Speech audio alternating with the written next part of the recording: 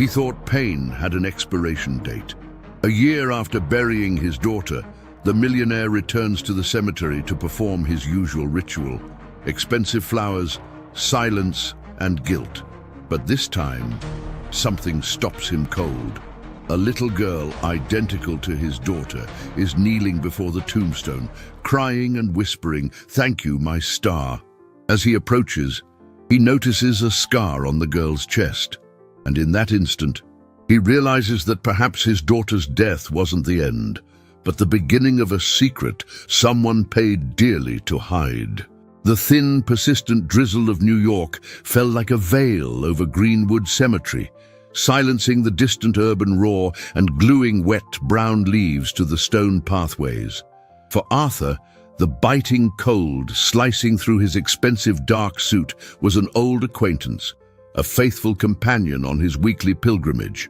For exactly 365 days, he had walked this same path, carrying a rare bouquet of hybrid roses and a silence that weighed more heavily than his vast portfolio. Every step between the cold headstones was a deliberate descent into the pain that he, a man accustomed to controlling every aspect of his firm and fortune, could not dominate. Guilt was an implacable creditor, and Arthur came to pay his debt with religious punctuality. The mausoleum of Clara, his only daughter, was an altar of immaculate white marble where he deposited his flowers and silent prayers, attempting to negotiate a forgiveness that never arrived. The accident, as the press reported with surgical detachment, had been swift, a flicker that extinguished the brightest light of his life. He paid for the best funeral, the most elegant headstone, the efficiency of a process that sealed everything too quickly. He bought the silence to avoid hearing the details, but that silence had become his executioner. That evening, however, something shattered the sacred routine. His steps, usually firm and decisive, stalled a few feet from his destination. Kneeling before Clara's marble tomb was a young girl, small, in a simple dress with hair tied in a loose braid. She did not seem to belong in this landscape of wealth and contained grief. In her small hands, there were no imported roses, but a handful of white daisies, likely picked from some modest garden. With a delicate gesture, she placed them at the base of the marble, and Arthur could hear, carried on the damp breeze, a whisper that hit him like a punch to the gut. "Thank you, my star." The voice was a bell, fragile and full of a disarming childish sincerity. But it wasn't the voice that paralyzed him. It was the face. When the girl turned slightly, the profile revealed was a painful copy, an impossible mirror of the past. The same dimple that formed at the corner of her left smile, the same curious tilt of the head when observing something, the same brightness in the large, brown eyes. It was Clara, yet it was not. It was a ghost in flesh and blood. Arthur's heart, a muscle trained for the fluctuations of the stock market and million-dollar deals, skipped a beat. He, a man whose wealth was measured in digits most people couldn't count, suddenly felt poor, stripped of any defense. Instinct propelled him forward, a magnetic force drawing him toward that unbelievable vision. He needed to see up close, to confirm that his eyes, weary from mourning, were not deceiving him. The girl didn't seem to notice him, focused on her small ritual of gratitude. Up close, the resemblance was even more disturbing, almost cruel. He stopped beside her, the shadow of his imposing body covering the small figure. That's when he saw it. The girl's dress, slightly worn, had the collar open just enough to reveal a subtle, thin, whitish line at the base of her neck, just above her chest. A scar, discreet, nearly invisible, but unmistakable to someone who knew what to look for. In that instant, a coldness that didn't come from the drizzle settled in his spine, an internal chill spreading a terrible, sharp doubt through every fiber of his being. A soft voice, tinged with concern, broke Arthur's trance. "Sir, is everything all right?" He turned slowly, his body stiff as stone, Standing a respectful distance away, holding a simple umbrella, was a woman with tired but gentle features. She was the girl's mother, he presumed, the guardian of the small phantom who had just turned his world upside down. The girl, whom he now mentally named Sophia, ran to the woman's side, clinging to her skirt with a confidence that spoke of a deep, secure love. Arthur tried to find his voice, the same voice that commanded boardrooms and closed multi-million-dollar deals, but what came out was a raspy sound, almost a whisper. The scar was all he managed, pointing with a restrained gesture. The woman, whose name he would discover was Helena, looked at her daughter and then at him, her gaze mixing shyness with protective pride. "Oh, yes, that's the mark of her new life," she explained, her voice low so as not to disturb the cemetery's peace. Sophia received a new heart, a blessing. It happened exactly 1 year ago, on the very day that the young woman in this tomb passed away. The word coincidence was insufficient. It was an offense to the magnitude of what he felt. The air seemed to grow denser, harder to breathe, Helena continued, as if needing to justify their presence. Ever since she recovered, she asks to come here. She says she needs to thank the star that gave her a new beat for her chest. I believe deep down she feels the connection. Children know things. Arthur merely nodded, unable to formulate a coherent reply. He thanked Helena with a nod and stepped away, leaving the roses on the tombstone without completing his ritual of silence. The walk back to his luxury sedan was a blur. Inside the vehicle, with the scent of leather and the soundproofing that sealed him off from the world, he tried to cling to rationality. He was a man of numbers, of logic, of calculated investments. Resemblances happened, stories crossed paths, but the image of that scar, that dimple, that way of tilting her head, that was not data on a spreadsheet. It was a splinter lodged in his soul. Arriving at his penthouse, with the view of Manhattan spread out at his feet like a carpet of indifferent lights, solitude assaulted him with brutal force. All that wealth, all that accumulated capital, seemed like dust. He picked up the phone and called an old contact, the director of one of the hospitals where his foundation made generous donations. He spoke with his usual calm voice, requesting a discreet favor, a consultation of old records, citing a research project for the foundation. He revealed nothing, but the urgency in his tone was unmistakable. The answer came 2 hours later, and it was more disturbing than he could have imagined. "Arthur, this is strange," the director said. "The records from that day, specifically the pediatric transplant wing, have gaps. Signatures are missing. Pages seem to have been inserted later. The attending physician who signed the child's discharge was transferred upstate the following week, an atypical move. And there's more.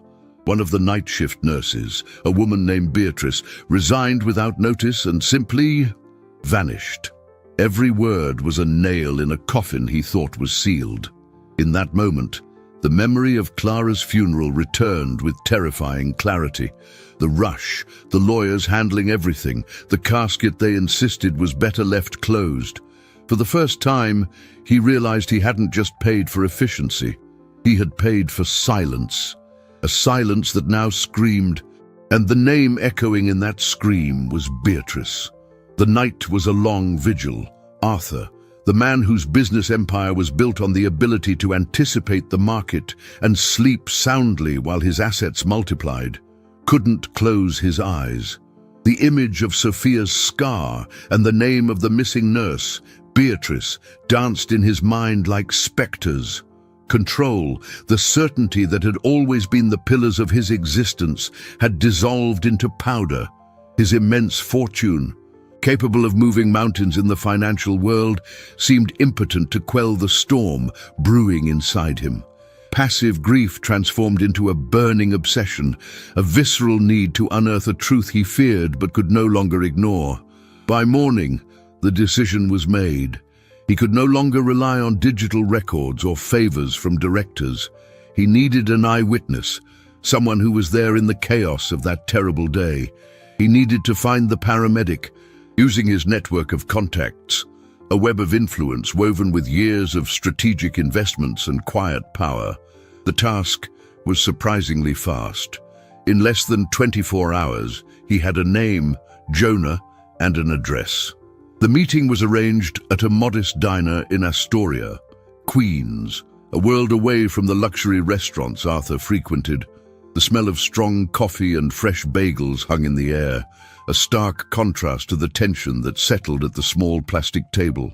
Jonah was a middle-aged man, with wide shoulders and the tired eyes of someone who had seen more suffering than he should. He was visibly uncomfortable, fiddling with his coffee cup with calloused hands, intimidated by the presence of the billionaire he only knew from magazine covers. Arthur skipped the preamble. He spoke in a low, controlled voice, not like a magnate, but like a father searching for answers. He offered the money not as a bribe, but as a guarantee that if Jonah lost his job for speaking, his family would not be left unprotected. "I don't want trouble, sir," Jonah said, without lifting his eyes. "I just did my job." Arthur leaned forward, and for the first time, his steel mask cracked, revealing the pain beneath. "Please, anything, a detail that wasn't in the report, something you saw." The sincere appeal broke Jonah's resistance. He took a deep breath and finally looked into Arthur's eyes. "It was strange," he began, his voice barely a whisper. "There was a lot of pressure to close the case right there on the road, orders from high up, and the movement at the hospital. It wasn't standard procedure. Your daughter's body was taken by a different team, not the morgues. A private, black-windowed car was waiting out back. They said it was a family request to avoid the press. I had never seen anything like it." Arthur's heart chilled. He'd made no such request. His lawyers handled everything. "Do you remember anything else? A name? A face?" Arthur insisted, feeling he was on the edge of an abyss. Jonah hesitated, searching his memory. "I heard one of the nurses. She was nervous, talking to a man who got out of the car. She mentioned a name, not of a person, but of a place. She said something like, 'The Genesis Institute protocol was followed.'" Arthur felt the floor disappear. Genesis. The Genesis Institute, a philanthropic fertility clinic, discreetly linked to a subsidiary of his conglomerate, a project he barely remembered approving, a place his ex-wife had frequented years ago in her desperate search for motherhood. The resemblance between the girls ceased to be a coincidence and became a dangerous and monstrous hypothesis. Jonah's revelation was a key that opened a door to a dark, unknown corridor. The Genesis Institute. The name echoed in his mind, a bitter reminder of a past he preferred to forget, the frustrated attempts, his ex-wife's silent pain, the distance that grew between them. Immersed in his business and the expansion of his wealth, he had treated the situation as just another problem to be solved with money, signing checks for the best treatments without truly engaging. Now, that negligence was returning to haunt him. Arthur knew he couldn't storm the clinic with lawyers and accusations. It would create a scandal, alerting whoever was behind the gears and worst of all, putting Sophia under a cruel spotlight. He, the man who always bought the fastest solutions, made the rarest and most difficult decision of his life, to take the right path, however long and painful, and the right path started with Helena. He needed to speak to her, not as the multi-millionaire Arthur Drummond, but as a man who shared an invisible and inexplicable bond with her daughter. The next day, he dismissed his driver. He boarded a crowded subway for the first time in decades, the smell of fresh coffee and cheap perfume mingling with the sweat of a workday. The voices on the street, the laughter, the music leaking from an electronics store. It was a symphony of real life that his armored windows had always muffled. He found Helena's address on a simple street of brightly colored houses and low fences. She received him at the door, surprise and suspicion battling on her face. Arthur asked permission to enter with a humility he didn't know he possessed. Sitting on the modest but immaculately clean sofa, he told his story. He spoke of Clara, the tomb, the grief that brought him there every week. He didn't mention the clinic, the nurse, or his terrible suspicions. He simply shared his father's pain and the inexplicable resemblance that had shaken him. Helena listened in silence, her eyes fixed on him, realizing the truth in his trembling voice. When he finished, she took a deep breath and told her own story. "Sophia came to me as an emergency miracle," she said. "I had been on the adoption waiting list for years. One day, the agency called me. There was a newborn orphan who urgently needed a home. Her documents were incomplete. They said the biological mother had abandoned her at the hospital in critical condition. She arrived with a high fever, very frail." She paused, her eyes welling up. "That very night she was rushed to the public hospital and underwent surgery. I just want her to be well, to grow up happy and far from fighting and confusion." Arthur felt a knot in his throat. The pieces were fitting together with terrifying precision: the emergency orphan, the operation on the same night. He looked at Helena, at the strength and unconditional love on her face, and knew what he had to say. "I don't want to take anything from you. I need to understand. I promise to respect both of you. I promise I will do nothing to hurt her." It was a promise he knew was worth more than his entire fortune, a promise he would have to sustain with actions, not with checks. As he stood up to leave, his eyes fell upon a drawing held by a magnet on the refrigerator. It depicted two stick figures, two girls holding hands under a shooting star. "Sophia made that," Helena said, smiling. "She says it's her and her star sister." The conversation with Helena solidified two goals in Arthur's mind, goals that seemed almost insurmountable. The first was to uncover the truth, but to do so without desecrating Clara's grave with a public exhumation, without turning Sophia's life into a media spectacle. The second, and perhaps more difficult, was to protect the girl, ensuring her well-being without tearing her away from the woman who had raised her with genuine, palpable love. He knew he was stepping onto a minefield where every false step could detonate an emotional catastrophe for everyone involved. The promise he had made to Helena was not just a formality, it had become the moral compass of his journey. He, who had built an empire on hostile takeovers and aggressive strategies, now had to learn the art of subtlety and patience. Obstacles, however, appeared in a solid block, like an army determined to protect the status quo. His first attempt was through official channels. His lawyers discreetly contacted the Public Metropolitan Medical Center, requesting the complete records of Clara's birth and Sophia's surgery. The response was a wall of bureaucracy. The institution shut down, citing HIPAA and internal non-disclosure protocols. The hospital that once bowed to his donations now treated him like an inconvenient stranger. His own family's reaction was even worse. When he shared a diluted version of his suspicions with his sister, Lydia, the guardian of the family reputation, the response was frigid. "Arthur, you are going through complicated grief. This girl is an unfortunate coincidence. You are letting fantasies lead you. Think of the Drummond name, our father's legacy. An investigation like this, based on feelings, could destroy decades of work." His cousin, Richard too, a man whose ambition was as vast as the fortune he coveted, saw the situation as a golden opportunity. He called an emergency meeting with the conglomerate's attorneys, insinuating that Arthur's emotional state rendered him unfit to lead. "He is unstable," Richard said, the concern in his voice sounding as phony as a $3 bill. "We need to protect him from himself, and, more importantly, protect our assets from his impulsive decisions. Perhaps it's time to consider an incapacitation filing for the sake of the business." The threat hung in the air, cold and calculated. Arthur realized he wasn't just fighting a potential hospital conspiracy, but his own family, who saw his search for the truth as a direct threat to the wealth and image they prized so highly. No one wanted questions. Everyone wanted the official narrative, the tragic accident and silent pain to remain intact. The housekeeper, Mrs. Elvira, a discreet woman who had worked for the family for over 30 years and watched Clara grow up, observed everything with worried eyes.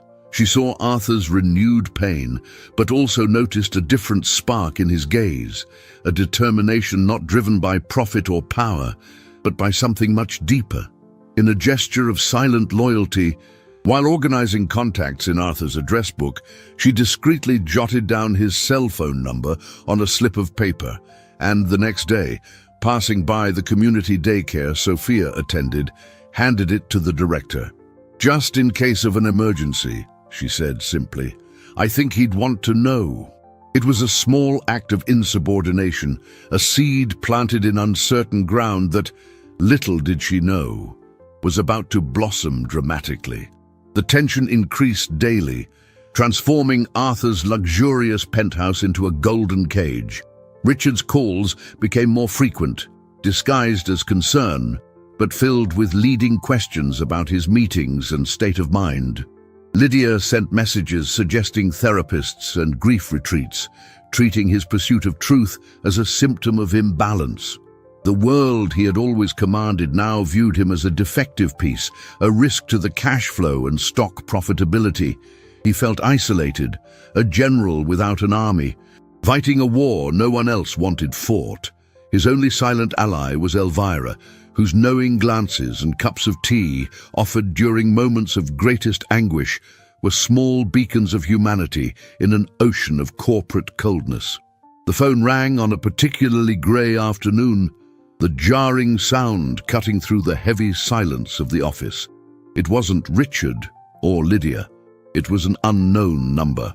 A nervous, hurried feminine voice introduced herself as the director of Sophia's community daycare.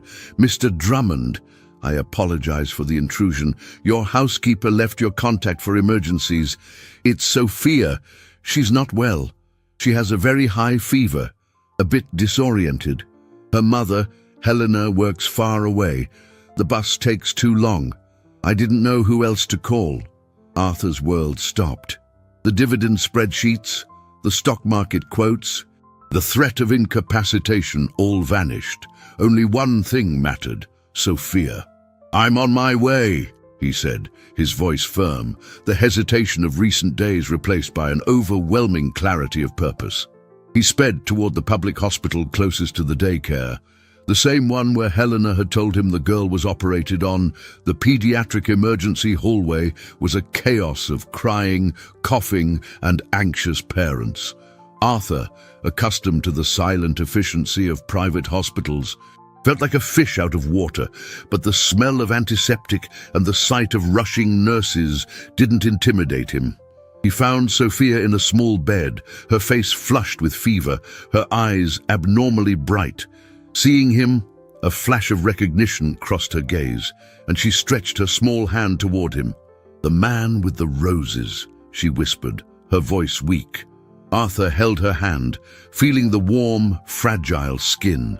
He faced the bureaucracy of admission, the curious stares of nurses who whispered as they recognized the billionaire in such an unusual environment. Without hesitation, he signed the liability waiver, ensuring that all costs, even there in the public system, would be covered by his capital. He stayed by her side, listening to the rhythmic beep of the monitors, a sound that, for a moment, replaced the frantic beating of his own heart. When Helena arrived an hour later, her face streaming with tears and her body trembling with fear, she found him sitting beside the bed, holding Sophia's hand, who was now sleeping more peacefully. He didn't give orders. He didn't call his private doctors. He didn't act like the magnate he was. He simply stood up, looked at the terrified mother, and held her hand too, uniting the three in a circle of silence and shared concern. In that instant, in the noisy hallway of a public hospital, Arthur Drummond's steel mask didn't just crack, it shattered. And for the first time in a long time, the man behind the fortune allowed himself to be seen. The next day dawned with a deceptive calm. Sophia's fever had broken during the night, and the girl, though still weak, was more alert, scribbling in a notebook Arthur had sent for. The hospital experience had fundamentally changed the dynamic between him and Helena. Her distrust had given way to contained gratitude, and his formal distance had dissolved into genuine concern. They were now two parents, united by love for the same child, a simple and powerful truth that transcended the abyssal differences in their lives and net worths. Arthur spent the morning resolving Sophia's discharge issues, talking to the doctors, ensuring she had the best follow-up care. Returning home late that afternoon, he found Elvira waiting for him in the living room. The housekeeper, normally so serene and discreet, had an expression of urgency on her face. In her hands, she held a large envelope yellowed with age. "Mr. Arthur," she said, her voice low and trembling, "I need to confess something to you. I kept this out of fear. Fear that the house would collapse if I showed it before." Arthur took the envelope, his heart pounding against his ribs. He opened it with careful hands. Inside was a tangle of memories that hit him with the force of a wave. The first item was a drawing, a child's scribble of a curly-haired girl holding a flower, unmistakably done by little Clara's hand. Alongside it, a note written in his ex-wife's hurried script, "To remember our miracle, lest we ever forget what we went through to have her here." But it was the following objects that made the air rush from his lungs. 2 maternity identification wristbands, both bearing the name Clara Drummond. They were identical, except for one crucial detail. The recorded times of birth had a difference of almost 6 hours. One marked 2:15 a.m., the other 8:30 a.m. Why would there be 2 wristbands with such distinct times? The question hung in the air, laden with terrible implications. And then, at the bottom of the envelope, the final blow, an old night visitor's badge, with the faded photo of a young, smiling nurse.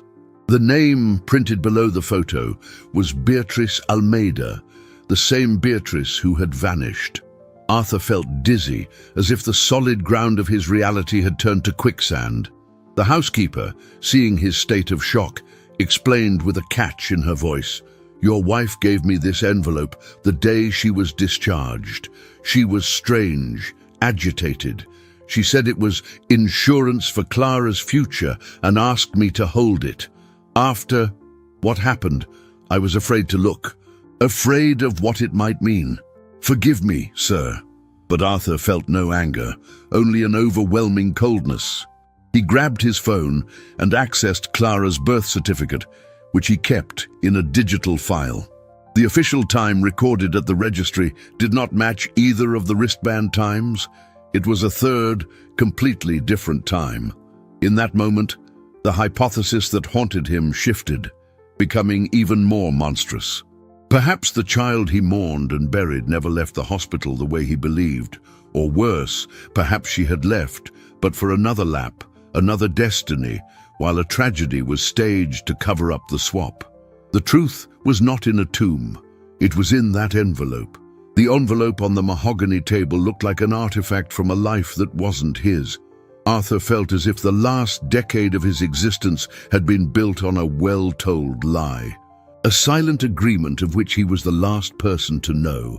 The grief for Clara's loss now mixed with a new and terrible emotion, doubt. Every memory, every photograph, every celebrated birthday was now tinged with poisonous uncertainty. Pressed by the gravity of the discovery and the veiled threat from his cousin Richard, he knew he could no longer act alone. The family lawyer, Mr. Bastos, a man whose loyalty was to the Drummond wealth and not to any specific family member, called an emergency meeting. The chosen location was the 30th floor of the conglomerate's headquarters, a fortress of glass, granite, and expensive silence, designed to intimidate and assert power. Arthur entered the boardroom, feeling like a stranger in his own kingdom. Lydia and Richard were already there, their faces like plaster masks. their calculated concern barely concealing the greed in their eyes. Mr. Bastos opened the meeting with the coldness of a surgeon. "Arthur, we are here as a family and as a board. We understand you are undergoing a period of great emotional stress. But your recent actions are jeopardizing the stability of our businesses. We need clarity, facts." Arthur laid the contents of the envelope on the polished table. The drawing, the 2 wristbands, Beatrice's badge. He narrated the facts without emotion, his voice firm, contrasting with the storm in his chest. The reaction was not one of shock or empathy, but of strategic calculation. Richard picked up one of the wristbands as if analyzing a financial asset. "This is complicated. If this story leaks, our stock will plummet. The press would devour us." Lydia, pale, intervened, her voice sharp as broken glass. "The Drummond inheritance is a legacy of strength, not a maternity scandal. We need to resolve this, fast and definitively." Their solution was exactly what Arthur feared. Mr. Bastos, with Lydia and Richard's assent, proposed the most brutal and direct path. Seek a court order for the exhumation of Clara's body and a broad DNA test involving Sophia. "It's the only way to gain legal certainty and silence any future speculation," the lawyer concluded, as if discussing a corporate merger. Arthur felt his blood run cold. They wanted to turn his daughter's memory and an innocent girl's life into a public spectacle to protect their investments. "No," he said, the word echoing in the silent room. "I will not do that. I will not put Sophia in the middle of a circus." He proposed his alternative, an indirect genetic analysis using materials of Clara he had kept: a baby tooth, a lock of hair from her first haircut, and a sample from Sophia obtained discreetly and with Helena's consent. "It's slower, but it's humane," he argued. Richard laughed, a sound devoid of humor. "Humane? Arthur, we're talking about billions. You've become soft." Lydia stood up, her face tight with fury. "Soft and irresponsible. Our image is at stake." In that moment of maximum tension, the heavy boardroom door opened. It was Elvira, the housekeeper, her face impassive, but her eyes flashing with defiance. And holding her hand was Sophia. She looked at the angry faces and, without saying a word, held up a drawing she had made that morning. A large golden star gently touching 2 hands, one big and one small. The room, with all its power and wealth, held its breath. The silence that fell over the boardroom was heavier than the granite table. Sophia's drawing, a gesture of pure innocence, acted as a mirror, reflecting the ugliness of the discussion taking place. Richard recoiled in his chair. Lydia averted her gaze. And even Mr. Bastos seemed momentarily speechless. Arthur looked at the girl, at her large, confident eyes, and then at the drawing of the star touching the 2 hands. In that instant, the choice that had previously seemed a complex dilemma between business and heart became absurdly simple. He knelt in front of Sophia, ignoring the shocked stares of his family. "That's a beautiful drawing," he said, his voice choked. "Thank you for bringing it." He stood up and faced the others. The final decision forged in the fire of that moment. "My answer remains no, and if I have to lose what I built to protect this child, so be it. I will not fail to protect someone I should have protected again." The declaration sounded like a sentence. It was a rejection not only of their proposal, but of the code of conduct that governed the Drummond clan, where assets always came before people. Arthur's decision unleashed an avalanche of consequences, swift and brutal. The conglomerate, now under Richard's effective control and with Lydia's support, moved to isolate him. His corporate credit cards were cut, his access to company systems frozen. The threat of separating him from his own surname, of stripping him of his rights to the inheritance, hung in the air, a weapon pointed at his head. Longtime friends, business partners who had profited millions from his investments, now didn't return his calls. He became, overnight, a pariah in his own world. The war was not limited to the corridors of power. An anonymous note, likely leaked by Richard, reached a sensationalist tabloid. Within days, photographers with long lenses began to lurk around Sophia's daycare. Helena called Arthur, her voice panicked.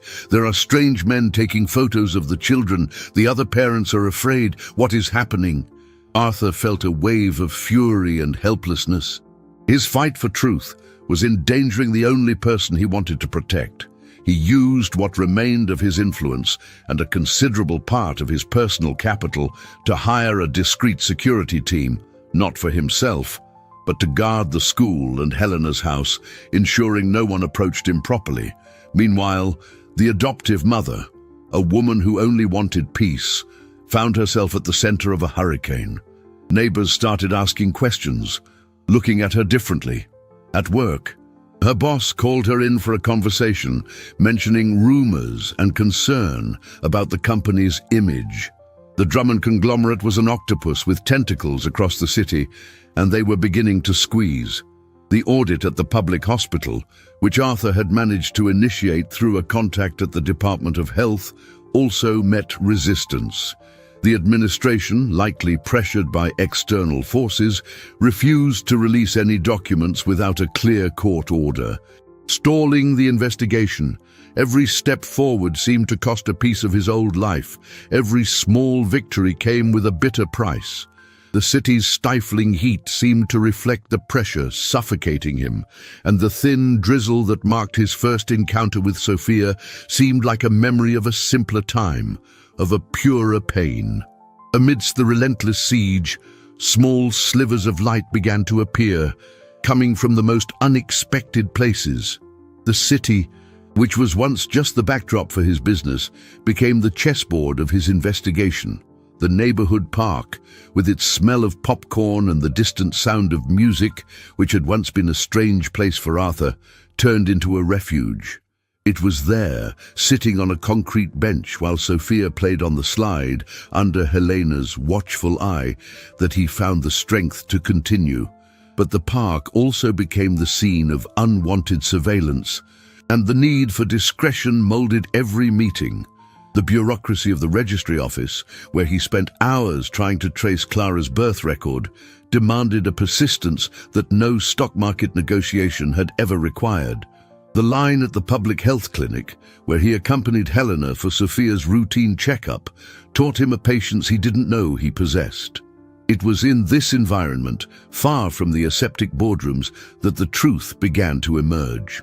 A former hospital cleaning lady, a woman named Mrs. Lourdes, sought out Helena after seeing one of the malicious photos in the paper. She recognized the face of Beatrice, the nurse on the badge, and told a story that had haunted her for years.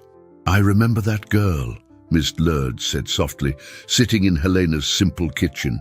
"She was always nervous, looking over her shoulder. The night Mr. Drummond's daughter was born, I saw her in the hall near the archive room. She was with a man in a suit, looking frightened. After that, I never saw her again." The description gave Arthur a new thread to pull: the hospital's dead archives. Using a private investigator, a discreet and efficient man he paid from his personal funds, Arthur gained access to a crucial piece of information. Due to a security system overhaul at the hospital at the time, the video files from a side camera, which covered the archive room hallway, were never migrated to the main server. They were forgotten on an old hard drive, stored in a warehouse. Obtaining that hard drive became Arthur's new obsession. Meanwhile, the pressure on Jonah, the paramedic, increased. He was approached by a legal representative of the Drummond conglomerate, who offered him a significant sum of money to sign a declaration denying the conversation he had with Arthur. Jonah, terrified, called Arthur. "They're trying to buy me. Silence me. What do I do?" Arthur calmed him, guaranteeing him protection and asking him only to buy time. The siege was closing, but so were the pieces of the puzzle. Another revelation came from an internal source in Arthur's company IT department. A young analyst, loyal to the former boss, discovered a spreadsheet detailing budget deviations on an old server. In it, there were recurrent and hefty payments to the Genesis Institute, categorized as donations for research projects, but without any corresponding report. And in a hidden tab of the spreadsheet, a list of hospital supplies donated to partner institutions. This list included the delivery of an entire batch of maternity identification wristbands to the hospital where Clara was born, exactly the week of the birth. The wristbands from the envelope, the deviation spreadsheet, the forgotten video file, and the cleaning lady's testimony. They were breadcrumbs, but together they formed a path leading directly to a dark and structured truth. A truth that his family's gold and assets were desperately trying to keep buried. With every new discovery, Arthur's internal conflict deepened. The shame of not having been a present father, of having delegated the most intimate details of his daughter's arrival to lawyers and assistants, now consumed him. The fear of being seen as soft, which once dictated his actions, was replaced by a much greater dread of failing again the child who depended on him. The old Arthur would have used his power and wealth to force the situation, to buy shortcuts and silence. The new Arthur, shaped by the public health clinic lines and Sophia's drawings of stars, knew that the only way to win that war was by fighting with the weapons his family despised: truth and integrity. The struggle for each piece of evidence was a battle in itself. To obtain ethical clearance for the indirect genetic analysis, he had to expose himself, presenting his case to a bioethics committee, waiving his privacy, and the victory came at a high cost. As soon as the authorization was granted, the news leaked to the press, this time with technical details that could only have come from someone inside the process. The tabloid published the headline, "Magnate Questions Paternity. May exhume daughter." The result was immediate and devastating. Sophia's daycare, bombarded by reporters and curiosity seekers, had to suspend activities for safety, leaving dozens of community families without childcare. Helena, seeing the chaos, nearly gave up. "Look what we're causing, Arthur," she said, weeping. "This isn't fair to Sophia or anyone." It took all of Arthur's calm and sincerity to convince her to proceed, promising to create a solution for the other families and reinforcing that the truth was the only way to protect Sophia long-term. He kept his promise, renting a community space and hiring recreation staff to look after the children while the daycare was closed. A gesture that cost him a significant portion of his personal resources but solidified Helena's trust. At the same time, the subplot of his family thickened. Elvira, the housekeeper, confessed her own anxiety to Arthur. She suspected that Lydia, the reputation-obsessed aunt, had undergone a procedure at the Genesis Institute years ago, something she had always vehemently denied. This would explain Lydia's panic in keeping the clinic's name out of any investigation. Richard, meanwhile, acted in the shadows. Arthur's investigator discovered that the ambitious cousin was making cryptocurrency transfers to an offshore account. The beneficiary was unknown, but the transfer pattern suggested an attempt to buy someone's silence. Could it be Beatrice? The missing nurse was the missing piece, the living link between the maternity ward and the clinic. Meanwhile, the private investigator finally managed to obtain the hard drive with the forgotten video file. In his improvised office, away from his family's eyes, Arthur watched the recording. The quality was grainy, the image black and white, but the content was undeniable. The side camera captured the archive room hallway in the early morning hours of Clara's birth. The image showed Beatrice, visibly nervous, meeting a man in a suit. They exchanged an envelope. Beatrice then entered a small storage room and emerged minutes later. Later, the same camera caught her near the nursery. Alone in the hallway, she leaned over one of the bassinets and with a quick, almost imperceptible movement, switched a baby's identification wristband. Arthur felt the air leave his lungs. It was the proof, the visual evidence of the swap. It was no longer a hypothesis, a suspicion. It was a fact recorded on a hard drive. The truth, cold and irrefutable, was now in his hands. With the video in hand and the result of the indirect genetic analysis about to be revealed, Arthur knew the final confrontation was inevitable. He could no longer fight this war in the shadows. He needed a neutral arena, where facts could speak louder than money and influence. His personal lawyer, a man of integrity whom he hired after breaking with Mr. Bastos, suggested presenting the evidence to an ethical committee of the State Medical Board in a formal hearing. It would be a way to validate the evidence before taking it to court, creating an official and unquestionable record. The hearing was scheduled for a simple auditorium at a university hospital, an environment of learning and science. Far from the intimidating luxury of the corporate world, Arthur invited his family not as an affront, but as one last chance for them to hear the truth unfiltered. Lydia and Richard attended, accompanied by Mr. Bastos, their faces masks of contempt and disdain, confident that this was just the final desperate act of an emotionally troubled man. Helena was also there, seated next to Arthur. She trembled, but her hand held his with surprising firmness. Sophia remained with Elvira, protected from it all. The session began. A forensic geneticist, a white-haired man with a measured voice, presented the analysis report. He explained the process, the comparison of Clara's genetic material, obtained from the baby tooth and hair lock, with a saliva sample from Arthur and another from Sophia, collected with Helena's consent. The room held its breath when the final slide appeared on the screen. The analysis indicates unequivocal compatibility, the geneticist said. The probability of Arthur Drummond being the biological father of the girl known as Sophia is 99.9999%. A murmur swept through the auditorium. Lydia turned waxen pale. Richard clenched his fists on the table. Mr. Bastos scribbled furiously on his notepad. Before they could recover from the shock, Arthur's lawyer requested the floor and presented the second piece of evidence, the video file. The large auditorium screen, previously displaying DNA charts, now showed the grainy image of the hospital corridor. Silence was absolute, as everyone watched the scene of the nurse Beatrice swapping the baby's wristband. The movement, which had seemed quick and subtle, now in slow motion, was a clear and devastating confession. The image froze on Beatrice's frightened face. In that moment, the Drummond conglomerate, through its press office, fired off an official statement to all attending journalists, a desperate maneuver to control the narrative. The note spoke of malicious interpretations of low-quality images and non-conclusive genetic tests performed under emotional duress. But it was too late.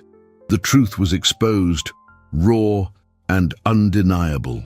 Amidst the chaos of vibrating cell phones and shocked whispers, Helena turned to Arthur, her eyes full of tears, fear, and a silent question.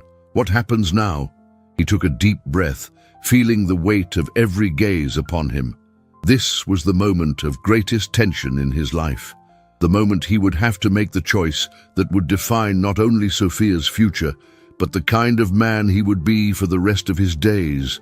He stood up, walked to the podium, and the whole world seemed to stop to hear what he had to say. Arthur's voice, when it finally sounded in the silence of the auditorium, was not that of a billionaire declaring victory, nor of a victim seeking revenge. It was the voice of a father, stripped of artifice, loaded with a regret that was almost palpable. For many years, he began, looking not at the judges or the press, but at Helena. I lived a life of certainties, the certainty that money buys solutions, that influence protects, and that pain can be managed with distance. Today, I know I was wrong about all of them. He turned to the committee. The evidence you have seen is irrefutable, But the truth they tell is not just about a baby swap. It's about a system that allows the powerful to correct family trajectories, as they cynically call it, erasing lives and bonds to maintain appearances. A system that, by omission, I was part of. He paused, and the weight of the confession hung in the air. I assume my responsibility for not asking the right questions at the time, for settling for the efficiency of a process that was, in fact, a cover-up, for prioritizing my business and my comfort over my most basic duty as a father. His gaze then fixed on Lydia and Richard, who stared back, stunned. You were worried about the family image, about the inheritance, about the wealth. But what is a legacy without truth? It is just an empty building, a pile of soulless stocks. Finally, he addressed the question everyone in the room was asking. This revelation does not change my position. I did not come here to claim possession of a child. Sophia's mother is the woman sitting there, he said, pointing to Helena, who was quietly sobbing. Helena loved her, healed her, raised her. She is the mother Sophia knows and needs. I do not want to take my daughter from the home where she was loved. I want to honor the memory of the child I lost by giving the one who lives the right to have two hands to sustain her, not two sides warring over her.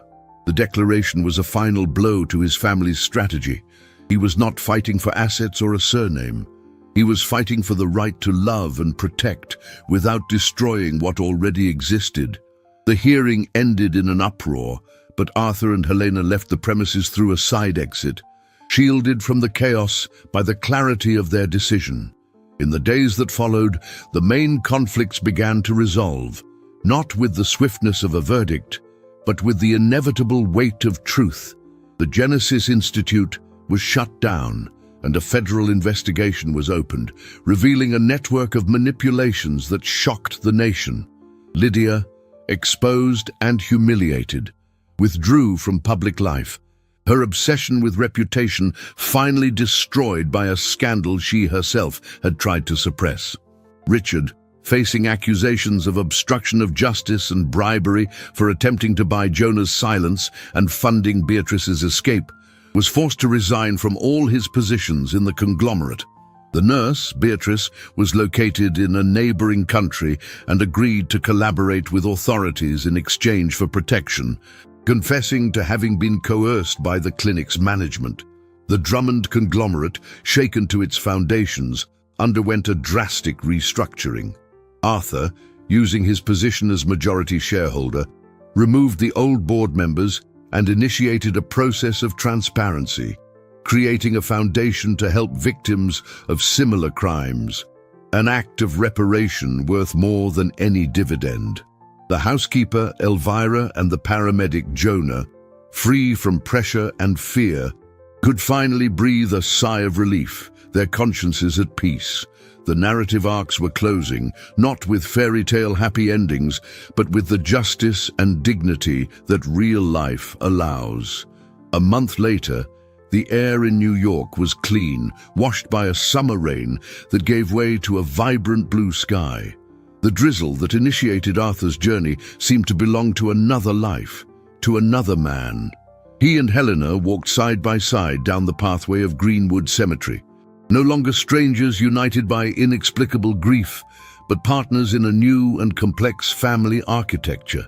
Between them, skipping and humming a childish tune, was Sophia, the girl, now aware of her story in a simple, age-appropriate way, carried a single red rose in one hand and a white daisy in the other. She did not see the tombstone as a place of sadness, but as the garden of her star sister. They arrived at the white marble tomb. The site was different. Arthur had the cold, formal inscription removed and replaced it with a simple phrase, Clara, a star that shines in another sky. Sophia approached, and with Helena's help, placed the two flowers together in a small vase, the rose and the daisy touching. a symbol of the union of their two worlds. Arthur observed the scene, his heart squeezed by a mix of longing and overwhelming gratitude. He removed the luxury watch from his wrist, a solid gold piece that had belonged to his father and for years had marked his time in meetings, mergers, and acquisitions. It was a symbol of the power, control, and wealth that had nearly blinded him to what truly mattered. With a solemn gesture, he placed it on the cold stone of the headstone, like a soldier laying down his arms at the end of a long war. It was his final surrender to guilt, to the tyranny of lost time. He leaned in and whispered, the words carried away by the gentle breeze. I arrived late, my angel, but I arrived. In that instant, the distant city noise seemed to diminish, muffled by the peace of that moment. There was no easy ending. The future would bring shared custody agreements, adjustments, therapy to help Sophia navigate her complex identity, and the inevitable sidelong glances from society. The corporate family would never forgive him, and the press would still publish sporadic notes about the Drummond scandal. But a new, non-negotiable rule had been established in their universe. The truth, even when it hurts, is the only thing that cannot be bought.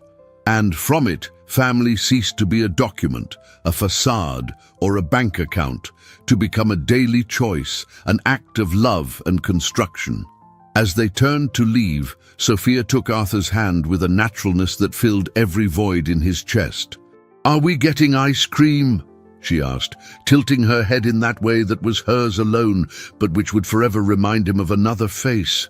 Arthur smiled, a genuine smile he hadn't displayed in years. "We are," he replied, also taking Helena's hand. The three walked away, their shadows lengthening in the afternoon sun, leaving behind the marble, the flowers, and the gold watch. They were not a perfect family, nor a traditional one.